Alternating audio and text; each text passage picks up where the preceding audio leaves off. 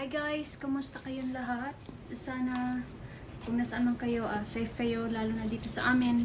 Sobrang lamig, freezing talaga, sobra. Kaya ito naisip kong gumawa ng egg drop soup. So, ito lang yung gagamitin ko. 4 na sachet sa loob. So, bawat isa nito, isang piraso, isang tasa. So, dalawang gagawin ko. 2 tasa. Lagay na natin ito.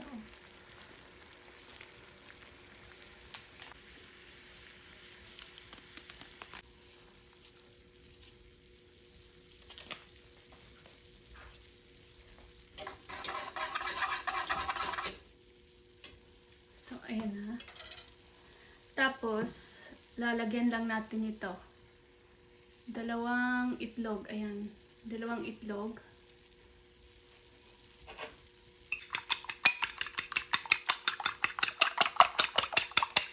Tapos, lagyan lang natin ng cornstarch. Para malapot.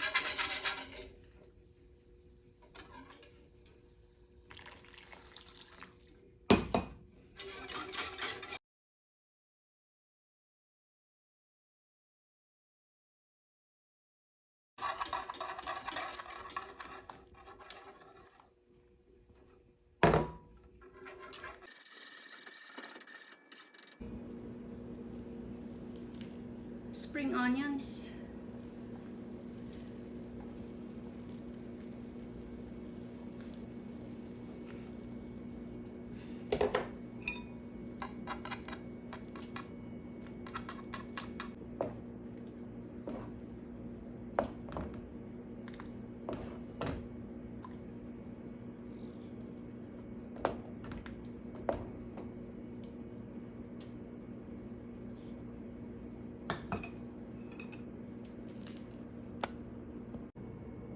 Ayan na siya.